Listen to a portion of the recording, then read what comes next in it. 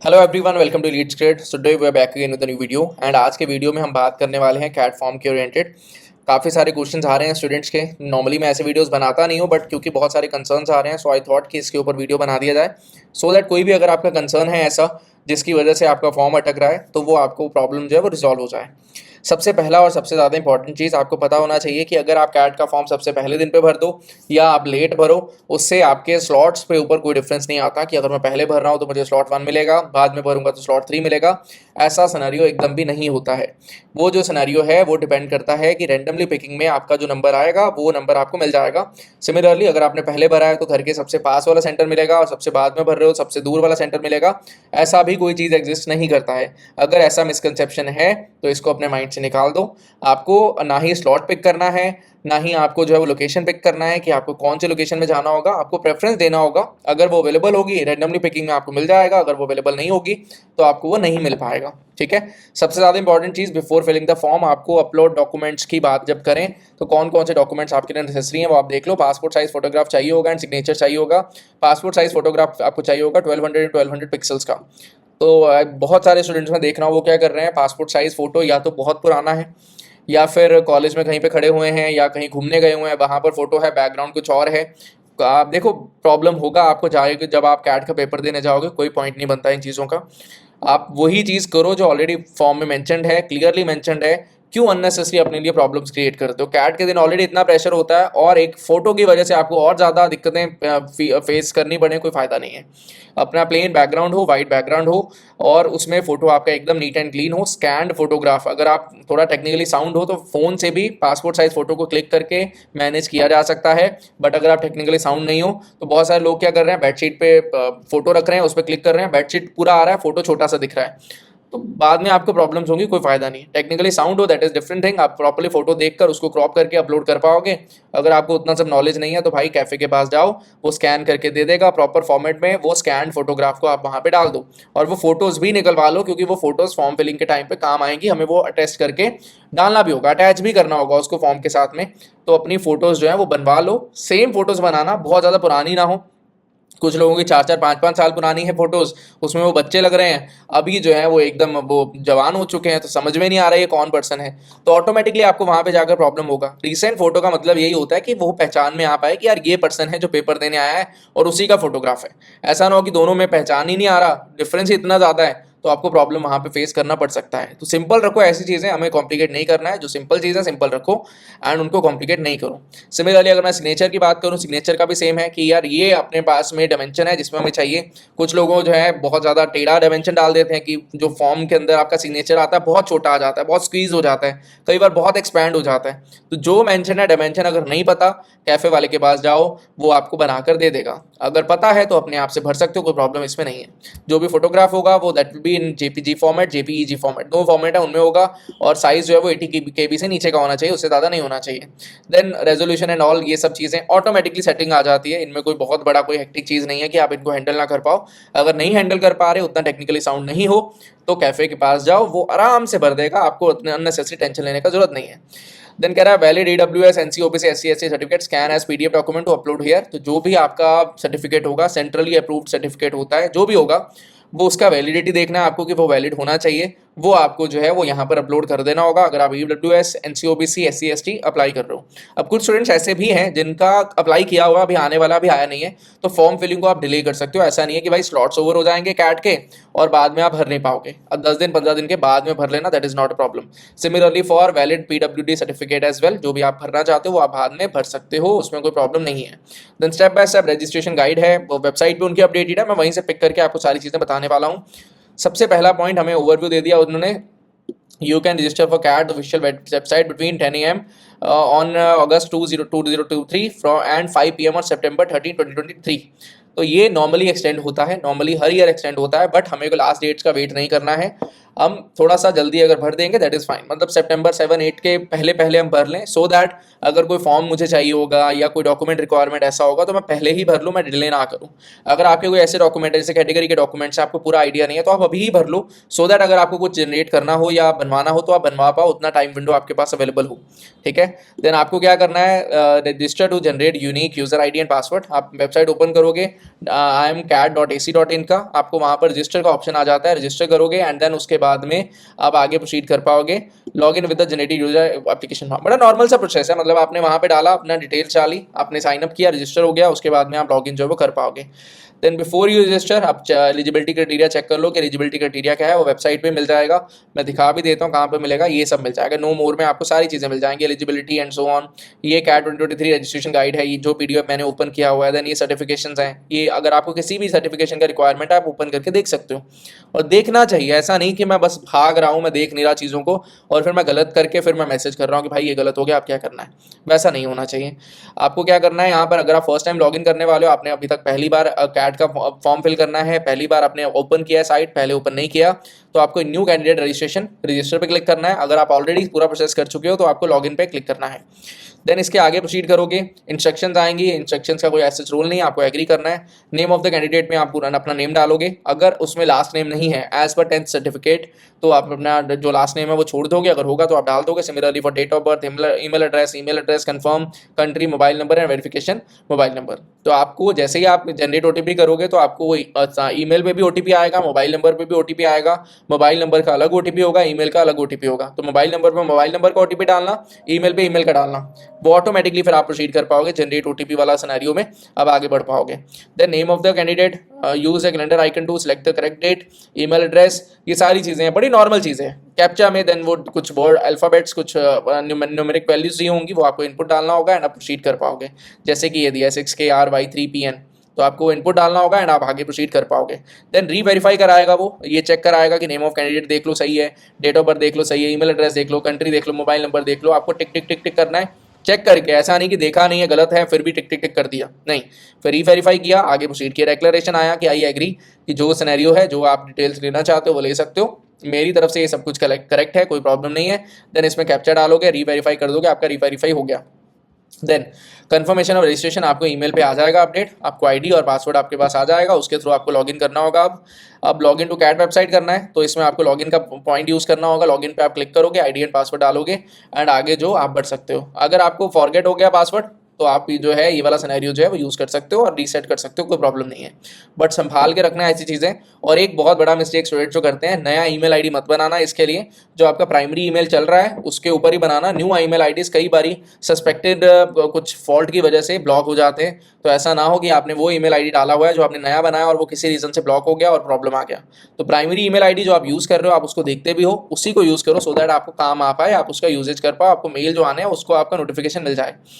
Then application details मैंने डाली, ये सारी डिटेल्स मुझे डालनी होगी। अब एक जो पॉइंट आता है personal details, academics, work experience, तो भाई एकेडमिक्स की अगर मैं बात करूँ 10th 12th ग्रेजुएशन में, 10th में, 12th में, ग्रेजुएशन में जो भी आपके सब्जेक्ट्स हैं, जो भी आपके स्कोर कार्ड में मेंशन सब्जेक्ट हैं, वो सब के सब काउंट होंगे।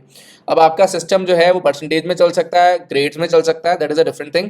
अगर परसेंटेज में है that is a different thing. आप बहुत ईजी सिनेरियो है, मान लो आपका 505 पेपर है या 6 पेपर्स हैं, 500 मार्क्स के टोटल पेपर हैं या 600 मार्क्स के टोटल पेपर हैं, जितने मान लो आपने 600 में से 500 स्कोर किया, तो 500 डिवाइड बाय 600 इंटू 100 परसेंटेज निकलेगा, वो परसेंटेज आप डाल दोगे। परसेंटेज डालना आप XX की फॉर्म में, तो वो पिक कर लेगा। मान लो आपका 90 परसेंटेज है तो 90.00 डाल दोगे तो वो पिक कर लेगा, कोई प्रॉब्लम इसमें नहीं आएगा।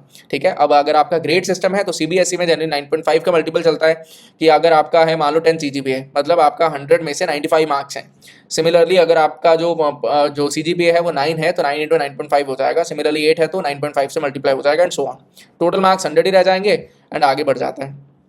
पर्सनल डिटेल्स डालोगे, फादर मदर एंड सोन, वो आपको पता है, इसमें कुछ बताने वाला नहीं है, नॉर्मल सिनेरियो जो आप आप जो एलिजिबल हो जिस चीज़ के लिए वो आप डाल दोगे। देन अपनी डिटेल्स फिल करोगे, आगे मूव करेगा पॉइंट फॉर डिटेल्स, ये सब कोविड वैक्सीनेशन डेट वो डाल देना अपने एंड पे, जो भी आपका सिनेरियो रहा होगा। देन डिसेबिलिटी के लिए जिसका सिनेरियो होगा वो समझ जाएगा, मतलब जो एलिजिबल है इस चीज़ के लिए वो ऑटोमेटिकली अपनी डिटेल्स को यहाँ पे डाल पाएगा, कोई बड़ी बात नहीं है। देन कम्युनिकेशन एड्रेस, जो भी सिनेरियो होगा वो आप डाल रहोगे, कोई प्रॉब्लम होगा नहीं इस पॉइंट पे। देन अपलोड डॉक्यूमेंट्स का मैंने पॉइंट्स ऑलरेडी बता दिए। देन स्कैन जब आप करोगे तो आपको स्कैन पासपोर्ट साइज फोटोग्राफ आप क्लिक किया टू अपलोड करोगे, अपलोड हो जाएगा, वो वेरीफाई कर देगा कि हाँ ठीक है। देन अपलोड स्कैन ये भी अपलोड हो जाएगा एंड सो ऑन। देन अगर आपका NC OBC SC ST EWS है वो आपको डाल देना होगा। अगर आपका पीडब्ल्यूडी सर्टिफिकेट है तो आपको यहाँ पे डाल देना होगा, ठीक है। अगर आप डालोगे कि आप हाँ एलिजिबल हो एससी एसटी या ओबीसी ईडब्ल्यूएस के लिए तो ही आपको ये ऑप्शन आएगा अपलोड करने का, अदरवाइज ऑप्शन ही नहीं आएगा। देन एकेडमिक क्वालिफिकेशंस, ये आपके पास में सारा पॉइंट्स है। If any board university awards only letter grades without providing an equivalent percentage of marks on the grade sheet, the candidate should obtain a certificate from the board institute university specifying the equivalent marks और the conversion procedure. तो हर college का अपना procedure होता है CGPA के लिए। Similarly हर school का या हर एक बोर्ड का अपना सिस्टम होता है। अगर 9.5 सीबीएसई का मल्टीपल है that is a different thing, but अगर बोर्ड 10 का मल्टीपल चलता है तो अपने कॉलेज से आपको प्रूफ लेना होगा कि यार ये 10th के हिसाब से चलता है, 10 के मल्टीपल के हिसाब से वर्किंग होता है। अगर 10 का मल्टीपल होगा तो 10 के मल्टीपल के हिसाब से प्रोसीड करेगा, that is not a problem for you. Simple चीज है, मतलब नॉर्मल। अभी एक थोड़ी देर पहले एक स्टूडेंट का मैसेज आया था कि मेरे 2100 समथिंग मार्क्स हैं आउट ऑफ 3600, तो परसेंटेज कैसे कैलकुलेट होगा? कॉलेज में डीएमसी में अलग तरीके से कैलकुलेट होता है, तो भाई परसेंटेज रहेगा। Obtained marks divided by total marks into 100 करोगे, that will remain your percentage. इसमें कोई रॉकेट साइंस नहीं है, कुछ अलग नहीं है, ऐसा ही वो वर्किंग होना है, ऐसा ही वो वर्किंग होगा। सिमिलरली अपना बोर्ड डालोगे, ईयर ऑफ कंप्लीशन डालोगे, मंथ ऑफ कंप्लीशन डालोगे, सिंपल चीज़ है। अब मान लो आपका जो 2017 में आपका 10th ओवर हुआ, तो 10th ओवर जो होता है वो मार्च के टाइम पे हुआ, ठीक है। तो मार्च आपने 2017 डाल दिया। 12th आपका ओवर हुआ, आपका 2019 में ओवर हुआ, तो आपने डाल दिया मार्च 2019। जो मार्क्स होंगे maximum marks inclusive of all subjects. ये मत सोचना कि यार ये एडिशनल सब्जेक्ट है इसके मार्क्स काउंट नहीं होंगे, मेरा कॉलेज नहीं करता, मेरा स्कूल नहीं करता, वो करे या ना करे कैट करेगा। अब कुछ स्टूडेंट्स ने मैथ्स लिया होता है अकाउंट्स के साथ में, कॉमर्स में मैथ्स लिया हुआ है, आर्ट्स में मैथ्स लिया हुआ है, कुछ लोग जो हैं वो नॉन मेडिकल में बायो ले लेते हैं साथ में, तो जो भी एक्स्ट्रा हैं वो आपको साथ में ऐड ऑन करने पड़ेंगे, उनको आप हटा नहीं सकते।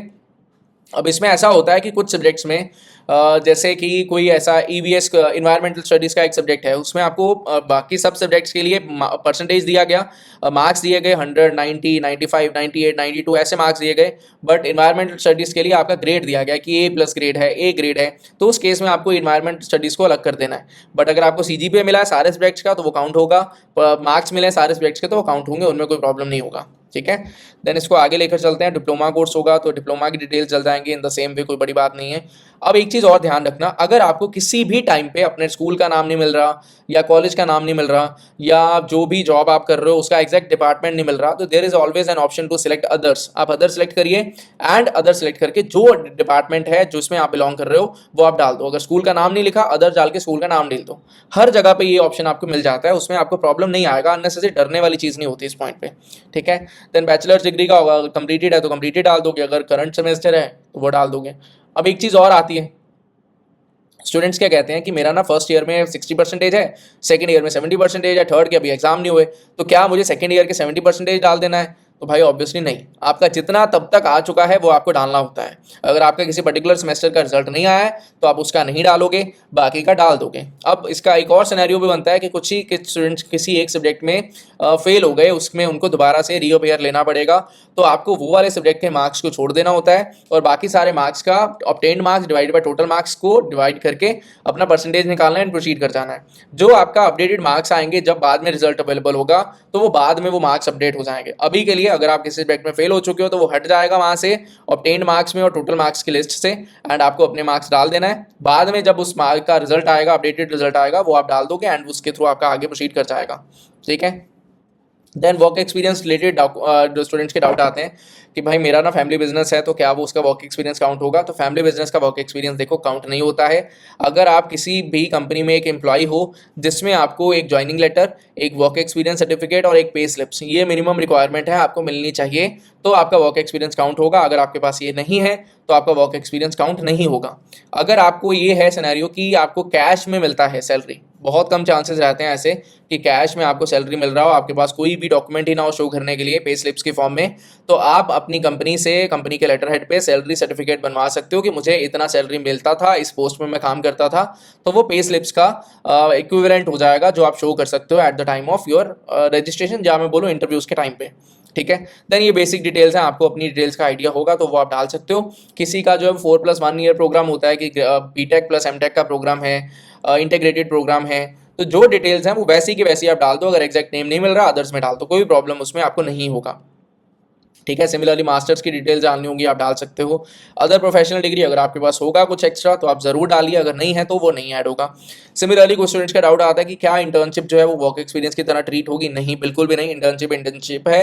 वर्क एक्सपीरियंस में आपको proper full time work experience होता है, और वर्क एक्सपीरियंस आपका फुल टाइम होना चाहिए ग्रेजुएशन के बाद का। ग्रेजुएशन के पहले का वर्क एक्सपीरियंस आपका इंटरव्यू में वर्क एक्सपीरियंस के पॉइंट्स नहीं कैप्चर करेगा। आप अपने सीवी में डाल सकते हो वो चीज़ें कि आप अलग से काम कर रहे थे, बट जो आपका वर्क एक्सपीरियंस है, जो मार्क्स मिलते हैं वो फुल टाइम एक्सपीरियंस के ही मिलते हैं। इस चीज़ का ध्यान रखिएगा। अब कुछ स्टूडेंट्स का ये भी पॉइंट आता है कि यार अप्रेंटिसशिप है मेरा, सीए के थ्रू मैंने किया है, क्या उसका वर्क एक्सपीरियंस काउंट होगा? वो वर्क एक्सपीरियंस काउंट नहीं होता। जो भी चीज़ किसी भी कोर्स का ऐसा पार्ट है कि वो करना ही होगा, उसके बिना वो कोर्स कंप्लीट नहीं होगा, तो वो वाला चीज़ जो है वर्क एक्सपीरियंस में काउंट नहीं होता। इस चीज़ का ध्यान रखिएगा। जो भी चीज़ किसी पर्टिकुलर कोर्स का पार्ट है, अब जैसे मान लो इंजीनियरिंग में ट्रेनिंग करना पड़ता है, तो ट्रेनिंग जो आप कर रहे हो वो किसी तरह का वर्क एक्सपीरियंस का पार्ट नहीं होगा। सिमिलरली अप्रेंटिसशिप है तो वो किसी भी तरह के वर्क एक्सपीरियंस का पार्ट नहीं होगा। ठीक है, वो इन्होंने मेंशन भी किया होगा अलग से कि वो वर्क एक्सपीरियंस में ट्रीट नहीं किया जाएगा। If you are candidate with work experience, enter your experience in days as on July 31, 2023। तब तक आपको नंबर ऑफ डेज में कैलकुलेट करना है। ठीक है। Check all the industry types applicable to, जो भी आपका इंडस्ट्री टाइप होगा एप्लीकेबल टू यू, आप वो फिल कर दोगे, कोई बड़ी बात नहीं है, जो भी होगा। अब आपका ब्रेक इन का भी पॉइंट आता है, स्टूडेंट्स को डाउट आता है यार मेरा ब्रेक इन कैसे, मतलब क्या हुआ? मान लो आपने इस ईयर जनवरी तक वर्क किया, देन जनवरी के बाद फरवरी मार्च में आप वर्क नहीं कर रहे थे, देन आपने अप्रैल से वर्क किया, तो आपका ब्रेक इन हो जाएगा दो अलग अलग पार्ट्स में। अब कई बार ऐसा होता है कि एक इंडस्ट्री में वर्क किया एंड दूसरा इंडस्ट्री भी सेम है, तो आप अदर्स में डाल सकते हो, उसमें कोई प्रॉब्लम नहीं है, वो चीज़ें हैंडल हो जाती हैं ऑटोमेटिकली। और ये नंबर ऑफ डेज एक्सपीरियंस ही अपने आप कैलकुलेट कर लेगा। आपको वैल्यूज डाल देना है कि तब से मैंने स्टार्ट किया था एंड तब तक मैंने कंप्लीट किया था, वो ऑटोमेटिकली पिक कर लेगा उस चीज़ को। ठीक है।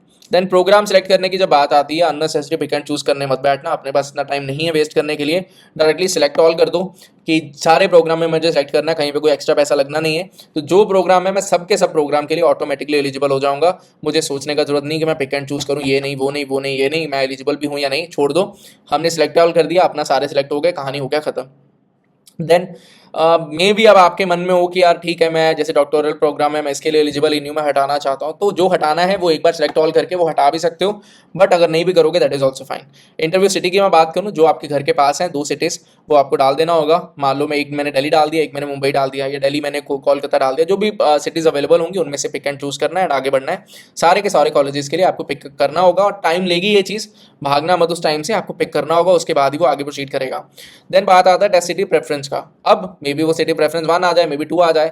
जनरली सिटी प्रेफरेंस 1 में ही आ जाता है, 2 या 3 तक पहुंचने का जरूरत नहीं पड़ता, बट स्टिल कुछ स्टेट में कुछ ऐसा होता है कि नंबर ऑफ स्टूडेंट्स बहुत ज़्यादा है, स्पेशली दिल्ली में ऐसा होता है, नंबर ऑफ स्टूडेंट्स बहुत ज़्यादा है, तो एग्जैक्ट दिल्ली के अंदर सेंटर बहुत कम लोगों को मिल पाता है। बहुत कम लोगों को तो नहीं, मतलब जितने सेंटर्स हैं उतना तो मिल ही जाएगा, बट क्योंकि बहुत सारे एस्पिरेंट्स हैं तो बहुत सारे एस्पिरेंट्स को दूर जाकर भी पेपर देना पड़ता है। लास्ट ईयर के अगर मैं एक्सपीरियंस की बात करूँ तो स्टूडेंट्स को दिल्ली भरते हुए आगरा में भी जाना पड़ता है, मेरठ में जाना पड़ता है, तो उतना फ्लक्चुएशन रहता है, उसके लिए रेडी रहना। ऐसा होगा, आपको 1 से लेकर 6 तक अपनी प्रेफरेंसेस डाल देनी है कि आपके लिए कौन सा कंफर्टेबल जगह है जहाँ से आप देना चाहते हो, एंड अकॉर्डिंगली आप फिल करके आगे प्रोसीड कर जाओगे। देन पेमेंट जिस भी सिनेरियोज में आप करना चाहते हो वो आप कर सकते हो।